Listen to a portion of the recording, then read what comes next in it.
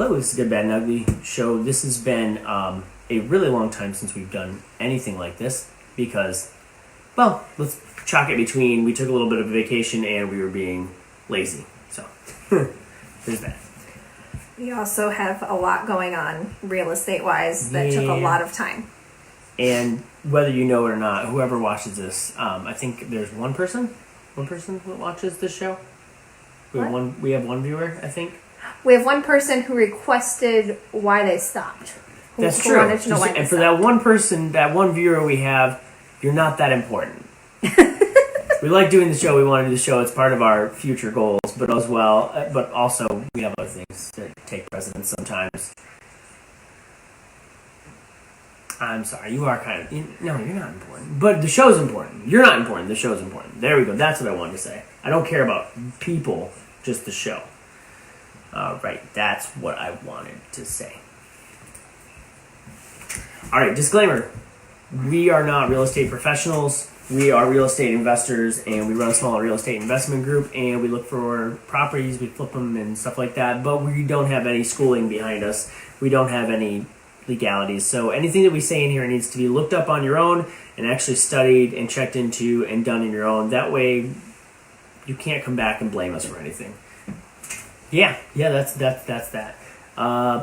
So the first thing we're going to be doing is the book. So we actually have another book that we're going to recommend, and this time we're going with it's called The Book on Investing in Real Estate with No and Low Money Down by Brandon Turner, which he's the guy that did the Bigger Pockets podcast. He was the second guy to host it. Sorry. Working through a little cold. I mean COVID. I mean cold. Anyway, so he put out an awesome book, and the reason this book is really good to be one of the first books you read on real estate is it really goes through all the very basic steps of real estate, but then it also goes into exactly how you can do real estate and exactly how to invest in real estate with low or no money down, which is cool because a lot of people don't know how that works and how to understand it. But it works. Isn't a lot of that the Burr method?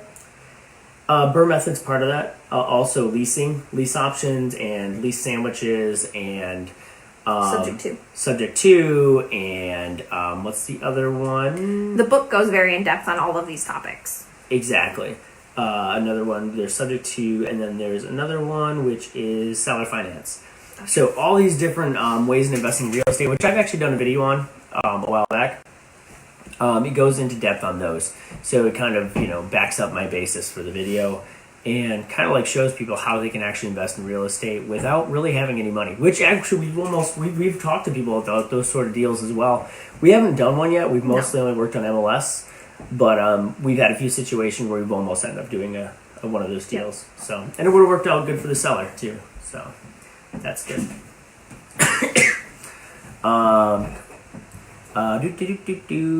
Our next thing, the house hunt.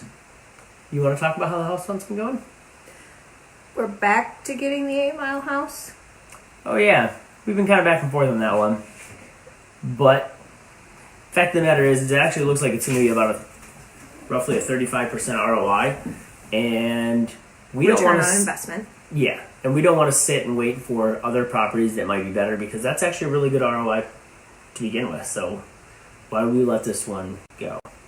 So even with the fixing up that we've had to do, even with the issues we've actually found ways of fixing these issues for pretty cheap price. Pretty reasonable price. So we worked the bugs out.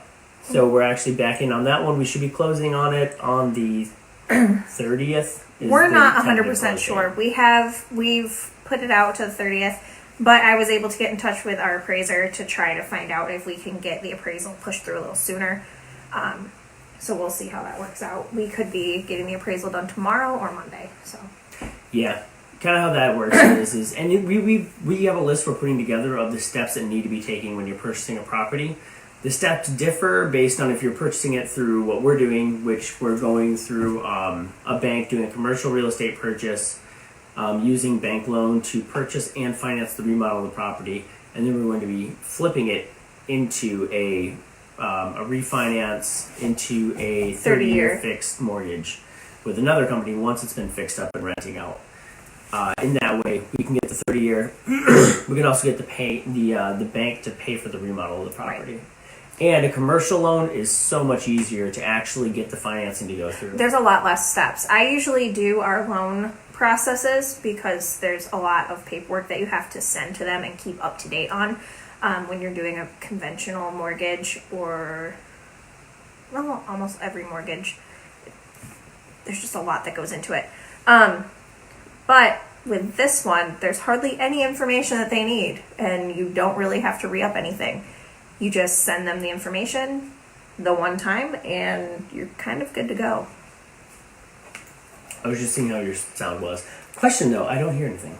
What's up with that? Oh, I turned the volume way down that way it wouldn't reverb. Oh, that's good. Here. Turned up. I just want. Hey, sorry about this. We're just double checking something. Oh, perfect. You sound good. All right. Last video we did, we tested it, and we're like, we're good to go. You know, we don't have time for any more testing, and we did the entire video live stream. It was a great video, had great content, but she was absolutely unhearable. And so we're trying to be better about that, trying to be a little more professional with it. Anyway, back on that process. So some things you have to do to get the commercial loan is you have to maybe have assets with some value, which is a really, really important reason on why we actually leave a lot of equity in the properties. Yes. Because it allowed us to walk into the bank, say, hey, here's what we have, and the bank looked at it and said, you have so much equity here that we can just give you these loans. Yeah. That's pretty much what So we did actually have quite a bit of information that you go to the bank with, but the information doesn't change. So you don't have to be constantly updating it like you do when you do a regular loan. Yeah, so and the reason for that is regular loans are based solely on the people, your income, your life, your marriage, your situation. Whereas if you can get a commercial loan because you have a few properties from investing with regular conventional loans, then you can start stepping into this world of commercial loans, which means that they're going to be basing it on the properties you have, the income those properties are making, and are actually not really are making, but are projected to make, but the security that the properties you currently have to support that new property that you're buying. So it makes it a lot easier. They don't need nearly as much paperwork, and you can get it through relatively easy. And it's also a way for us to buy utilizing our LLC. Yeah, absolutely. It's with conventional loans, they're looking for you to put it in your name so that they can come after someone. The commercial loan side, they're looking for you to put it into the LLC's name so they can come after the LLC for the payments. The other house that we are going to see today. Yes. We're also going to look at another house today. So the property that we're locking down on the 30th, hopefully, that one's $160,000. The one we're looking at today is $15,000. So what's the difference, and why does that make a difference? So it's crazy, but I can purchase that house $15,000 for cash. We can get it, flip it. And even as small as this little 800 square foot house, it's going to make awesome returns. Should be in the hundreds of percent ROI based on the size it is currently, which is great. Now, when I say hundreds of percent ROI, that doesn't necessarily mean that it's going to bring in lots of cash flow. It equates to a little over $300 a month. But it's going to take almost no money once you refinance that property again to actually purchase it, flip it, and refinance it. And the time that it's going to take to do that's a lot smaller too because it's a smaller property. So, yeah. But it's in a good area. So. Yeah, it's still in a good area. So the money you have involved, the time you have involved, put those together, it makes it well worth it to buy this little property, bring in $300 and some bucks a month. You purchased it for cash. It was easy enough. And now you have cash flowing property. And then also, if we are able to do what I want to do, so the numbers work on the micro. No, that's not the right way to say it. The numbers work looking at it from the more of a worst case scenario. But there's a plus side too. Whereas if we can if we find out that we can expand the property to being 800 square feet to 1,100 or 1,200 square feet, then we can take that loan, which is the loan on the property is going to be like $120 with interest and taxes and insurance. Taxes, insurance, and what's the other one? Principal. Oh, that word. Never can remember that word. The principal and interest is only about $100 and some bucks, right? And so if you can take the property with a loan of $100 and some principal and interest, and you can add on a few hundred square feet, make it a 1,200 square foot house, which is now a valid house that, you know, somebody would be paying more money for. Now you can jump up the rents from $650, which is minimal. Now you can bring it upwards of $900 to $1,000 a month, and now that property is making a massive amount of return on investment. What is the square footage of the property that we already have in that area? 1,200 square feet. Yeah, so we already have a 1,200 square foot property in that area that, what do we rent it for? $850 right now. The rents are a little low on it compared to the area, but we're able to up those rents and adjust those rents year to year. As soon as the lease ends, then you can make your adjustments and renew the lease if the tenant would like to stay. We're not going to up them a lot, but we're going to up them a little bit once it comes to renewing that lease, because it's a little behind the times. A little bit. But Yep. so we already know that a house out there will do quite well, especially because that's actually been our most consistent, no problem, real easy. We've had 3 different people. We've had it turn over 3 times with different tenants, and there's like hardly been any issues with that house. It's a fantastic house. All right, what's next on our list? The house hunt. Oh yeah, so we're gonna go look at that little property today. And yeah, maybe we'll do an update on our once we see if that property is even valid or if we want to buy it. There's a reason it's $15,000. So there is. We'll find out. It's not in great shape. It's probably not in great shape. It's small. The exterior of the home though does look solid. Yeah, foundation looks solid. Everything we could see from exterior at the time, so sounds pretty good. So contest update, right? Currently, I'll go over to a different screen here. Not a different screen for you guys, but a different screen for us. So currently with the contest, nothing really has changed because we're working on getting the next property. This contest is going to go kind of slow. It's going to go slow until it starts moving. Yes. So we're working on getting this next property. But at this point in time, we can support 2 properties at a time with our real estate investment group. Yeah. So from here on out, we should be able to purchase a property, have another property already purchased and ready to go by the time that property begins the flipping process or remodel process. So we're hoping there's no more lulls in the amount of time that we take to get a property. There should be one back-to-back from here on out. Once we have these 2 properties, if we end up with the $14,000 one, or if we find a different home that works better. But as soon as we have this 8 Mile property locked down and that one begins getting work done, we can get our second property. Well, we can even get our second property right now. Yeah. It's not waiting on that. No. But as soon as that house is done, then we can move into our second property. yes, then we can start working on the next the one. remodel And then by the process- time we start working on the second house that we have, we'll already have another one bought. We should have Hopefully, our third house. or be close to. Yeah, the deals are there. We're actually even putting in offers currently. We're putting in like 2 offers a week almost. We're putting in offers quite often. We're putting in offers quite often, so it's just getting the deal. So I mean, if you could imagine, 3 months to find another property is quite a bit of time. The market's not quite that bad. We can't do that. Yeah, so we're pretty much sitting in the same place with this, with the competition, but Once the houses start going, the competition will move faster. Yeah, so we'll see. So what we have currently is we actually are now renting out what we call the pink house.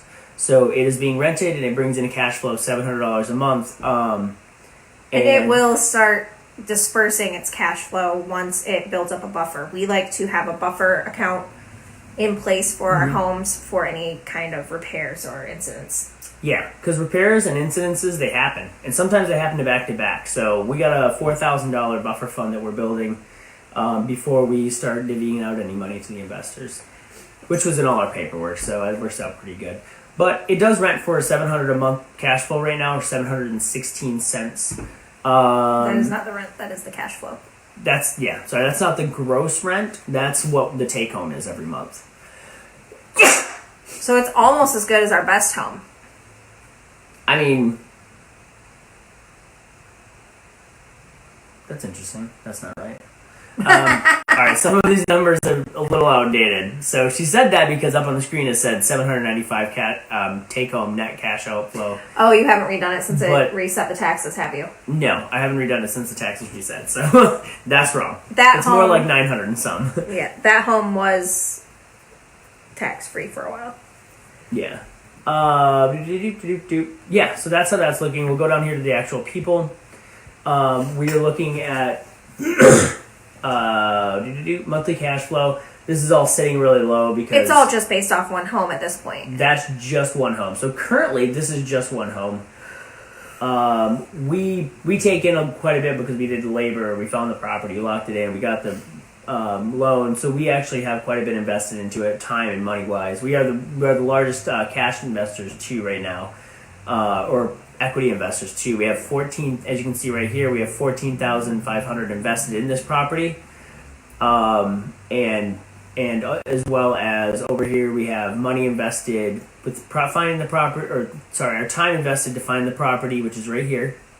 And then the negotiating the deal and actually locking into the loan is worth some value too right here. So altogether, this adds up what we have in the property, me and Elise, which is, up here, we have other people involved, which they are sitting at, let's see, money invested. Okay, so we have Gary, $2,500 invested, Mike, $3,000, Dewey, Shy, and at $3,750, Jerry at $2,500, and so that's how it goes, right? And Blank Man here, because he still has yet to sign his paperwork. He asked me about the paperwork, and I said, well, this basic information is what we'll be putting up there. And then he never signed the papers, so we'll see if he Maybe he doesn't does. watch the show to see that it's really not that invasive. No, or maybe he doesn't watch the show to see how much I hate on him every single episode. So actually, you guys can see, this is what people have invested cash-wise into this property. It's not out of anyone's reach. No. Really. So it's not out of their reach. And the equity that they hold is amazing. So this particular person, they put in, let's look at Gary, right? So Gary has the higher numbers of everyone because they put in a lot of sweat equity, which is working on the property. Invested $2,500 into this specific property. Has $7,467 invested in time, so working on the property.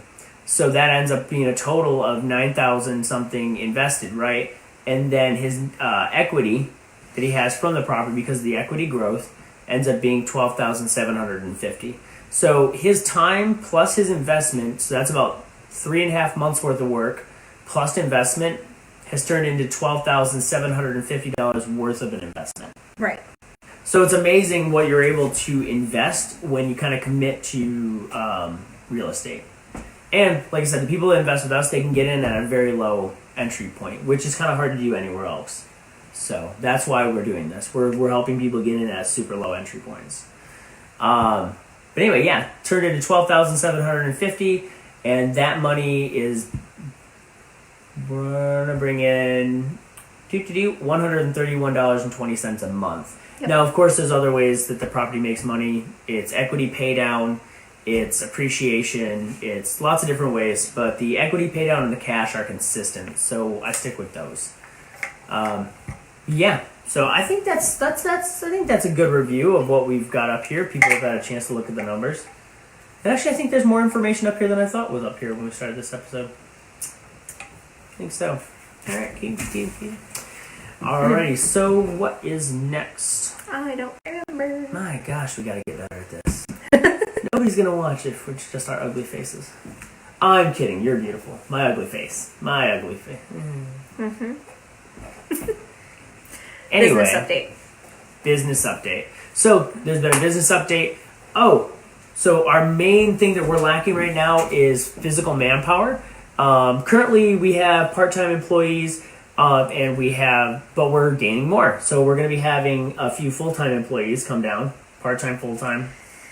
I don't know. I don't really know how to define it because you're working on getting the handyman thing going too. So I don't. I don't know if we'd call it employees. I would call it investors. because investors, contractors. yeah, investors Definitely and not an contractors. employee because We're that bringing- carries weight. Yeah, no, we don't have employees. Heavens, no IRS. No employees either. We have investors and we have contractors. So we're starting a contracting business, and we've already talked about that. Mostly handyman type stuff. You keep saying contracting, but contracting is very different than handyman. Oh, I'm sorry. Yeah, you have licenses and stuff. Handyman business. Anyway, we do know the legalities of what we're doing, and doing a handyman business, there's a few less legalities. So we're bringing down some workers. We're going to start our handyman business up. And first thing we're going to do is some of our own property work. We have to do tile at one of the houses. Yes, one of our houses needs some tile work done. Yep, we got to put in a French drain. French drain, not California drain, like I don't know, it always might be call called California, but I thought that it was No, French. It's French because as soon as I heard you say it, I was like, I've been saying the wrong thing, and that's embarrassing. So yeah, we're gonna put in a French drain. We got to put it down some tile. Whenever you flip these properties, don't expect Whenever you remodel. whenever you remodel your property to then rent it out. Don't expect it to be like, all right, I just remodeled this property. It's 100% ready to go. You put it on the market, you rent it, and you're like, yay, money. No, it's you have to be prepared for things that have to be Stuff's fixed. gonna happen pretty much right after you get it rented out. Not big things, hopefully, if you remodeled correctly. It Yeah. shouldn't be anything major. But even if you live in the house before you rent it out, once your renters get in there, something is bound to happen. You know, you just did a full remodel on this property. You probably didn't see you probably missed something. Yeah. So with this particular property, we remodeled it in the fall. There wasn't a lot of water, wasn't a lot of rain. No. The garages on these properties, which we now know, learn as you go, right? So we're still learning. So what we found out was they don't winter or weatherproof. So there's a moisture barrier that they use when they are creating homes. They use some kind of moisture barrier to stop moisture from getting into the home. And when Along the bottom portion of along the bottom foundation. portion of the foundation. Now when they make a garage, they don't put a moisture barrier. So if the person who turns the garage into more living space doesn't address that issue, water can get in. Yeah. So pretty much what it was we had a garage that we converted into a laundry room, pretty much like a smaller laundry room, or larger laundry room, or spare bedroom, however you want to look at it. And we didn't do the proper waterproofing of this room. So midwinter, some water built up outside, just normal puddle stuff from some rain, and it was able to seep in and get in there and ruin some of the flooring that we had in there that we really didn't love, but we had kept there. Yeah. Just It shows was to the go. laundry room. It wasn't like a prime part of the house, so we didn't redo that particular flooring. Yeah, it didn't need to be done at the time, but hey, that's all good. So now we got to get in there. We got to put in that French drain to allow the water to drain away. So along the side of the house, that way the water doesn't build up on the edge of the home anymore, you put in a drainage system. Yeah, runs the water away from the property, runs it into the road and away. Not a big deal. It's like a hole and some plumbing. A little bit of Trench like and some plumbing. plastic thing, and then rocks. Yeah. There's more than that, believe me. You might want to YouTube it if you're going to do it, but that's what we're saying. The actual physical product and the work involved isn't that much. It's not bad. So water seeped in, ruined some of the current existing floor there, so we're going to be retiling that floor. Should take a few days, and what? I don't know. If we have you and two guys working on it, Yeah. it would take a day. Yeah. It'd take like a It's a day. very maybe a small couple guys. room. Maybe a couple days. But seeing as that, something we can talk about too a little bit is the estimate on the price of having just the floor redone. So we were going to buy the tile. We would provide the tile and the stuff to put the tile down, so the thin set and the grout. I had only told him tile, but still. So I told him, hey, we'll provide the tile. And We have thin set. I know, I'm just saying I hadn't mentioned it. Oh, So okay. he had So he was going to was figure going in in, yeah. grout and So he had thin figured set. this. So the quote we got back, including the grout. So I'll give you a little perspective. The tile would have cost the tile we were bringing, so we're not worried about that. The thin set, maybe $50-$60 Yeah. worth of thin set because it's a small room. Yeah. The grout, another $20, right? So we have about $80 worth of materials involved. You really just pop the the trim away from the walls, you retile the floor with those two materials, you put the trim back. Trim on back. walls. It's about, if you have a couple guys working on it, it's about a day project if you have everything ready. Yeah. I'm going to give it about 2 days just for any like variables. So the quote we got back was mostly labor involved. Right. But they did quote $250 on the materials, which is pretty high for none of the tile. No kidding. And the total quote was $1,215. So we didn't want to do that since we can do it in a day or two. So we're bringing in 2 more people into our investment group / workers. So hopefully we can get them over here and we can do that job that way. So we're not paying out $1,000 for 2 days worth of work, which is amazing. So that's just well, and that excludes the French drain system, which is still a necessity to be put in. Oh, absolutely. So that just kind of shows you that you can go the route of buying a house, having contractors come in and do all the work and labor, and you're just the person that works the numbers. But you're just adding more risk because you're not going to have as much return and you're not going to have the ability to save yourself some money when it comes to getting that property rented out. So this particular property, we had so much amount of money allotted for that property. That money ran out. We've actually put a little bit more money into it, and now we're going to have to replace that flooring. If we didn't have the option to do it ourselves, we'd be looking at, maybe $2,000 above estimation on getting this property finished up, which is, some huge for some people. For us, it's not too bad. We could do it. We have HELOC loan. We have, reserves. We have other avenues. But for somebody who's buying their first property, if they're not willing to get in there and do the work and actually physically take care of some of the issues that are going to pop up, it can be more dangerous for them, for sure. And honestly, if you are at least somewhat handy, if you at least understand how to use basic tools, you really can learn almost everything on YouTube. Yeah. You might not be an expert. Look at us. We converted a garage. It looked good. It's doing well. And now we have to go back and redo the tile because we weren't aware of the lack of the moisture barrier. Exactly. So you're going to run into things you didn't expect. But as long as you're prepared to take care of those things when they do arise, then you're going to be in a lot better position. Alrighty. That was the business update, really. Yep. Oh, one more thing. The Amazon store is all set up and ready to go. We just haven't started purchasing anything to sell. I forgot that we had that. Yeah. Yep, to sell or anything like that. We've been really working on getting this house. Yeah, we're not really worried about that too much right now. That is something that we're looking to do and expand on over time. It's not our top priority. Issues we've been running into. Mostly just needing people. Yeah, so we needed some people, but our lack of... We weren't sure if we'd be able to support the incomes that we need to provide for, right? So, when you tell somebody, hey, you can be an investor with us, you can come down, you can invest with us, you have the amazing opportunity to do really well for yourself, and you're going to get just as good a percentage as everyone else involved by putting in some labor on the properties plus investing some money. It sounds great and all, but at the very same time, you're still messing with people's lives. You're still saying to somebody, hey, if you walk away from where you're at right now and what's going on and you kind of put yourself in my hands, we can support you and we can provide the money you need to live on, and you can invest and you can grow and you can retire early maybe. So our biggest thing is that we needed to make sure that we had an avenue for them to make money on the side to support themselves while they are here. Yes. So with our current situation, with our current cash flow, we now can say that we can support people. We can support a few more people for quite a while, if not indefinitely, on what we got. Even if we didn't have work on the side, we also have enough real estate coming in, purchasing and remodeling these properties, our investment properties, that we could support them on. And then our third, just in case, is pretty much we're starting a handyman company to do labor on properties of the property managers have and stuff like that they need work on. Our property manager all the time. Yeah, our property manager, for one, has a really hard time finding people to do smaller jobs.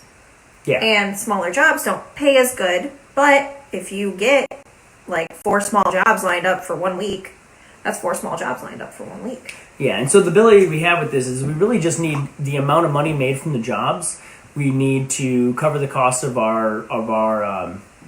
the business in doing the contracting I keep saying contracting.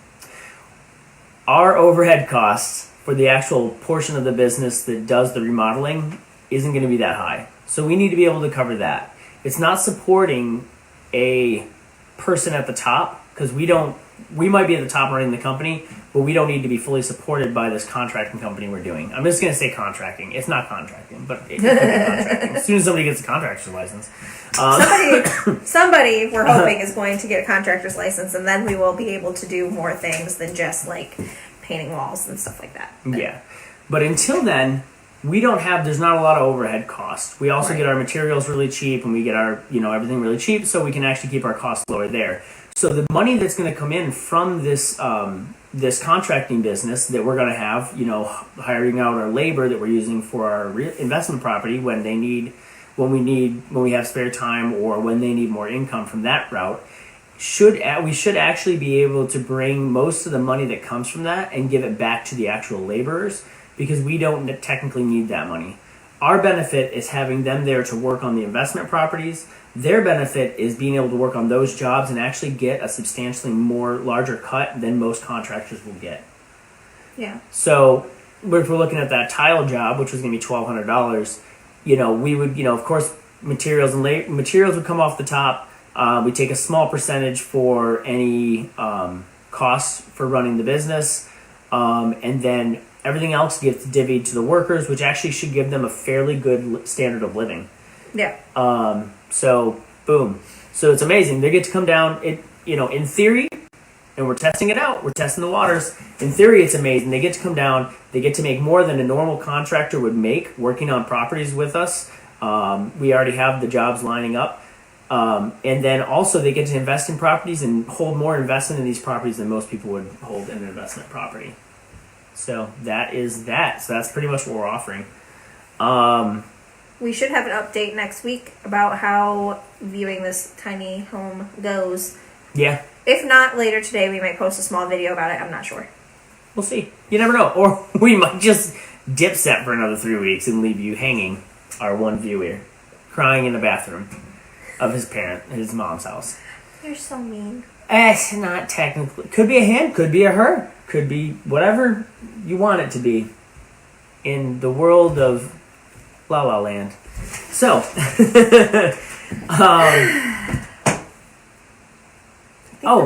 that's about it. Yeah. So that's it. We're going to leave the show at that. We have to get to our appointment. We got to go to our appointment. Check out this new property. Awkward pause. Well, he figures